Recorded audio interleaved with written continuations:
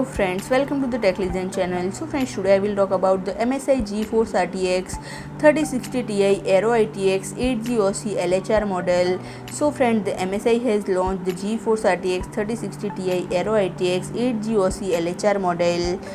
And friend, a new short size LHR compliant graphics card model based on the NVIDIA Ampere architecture and the GeForce RTX 3060 Ti is now available. And friend, the hash rate of ETH is anticipated to the 25 MHz per second. And friend, the single fan 2 slot VGA cooler is put on the shortboard of so-called Mini-ITX size accompanied to the VGA card. And friend, in addition, because of tiny size, it may be fitted in a PC case that saves on floor space. And friend, there are 4864 CUDA cores installed. And friend, with a boost clock of 1695 MHz, memory speed of up to 14 Gbps, memory burst width of 256 bits, and GDDR6 visual memory of 8 GB in total.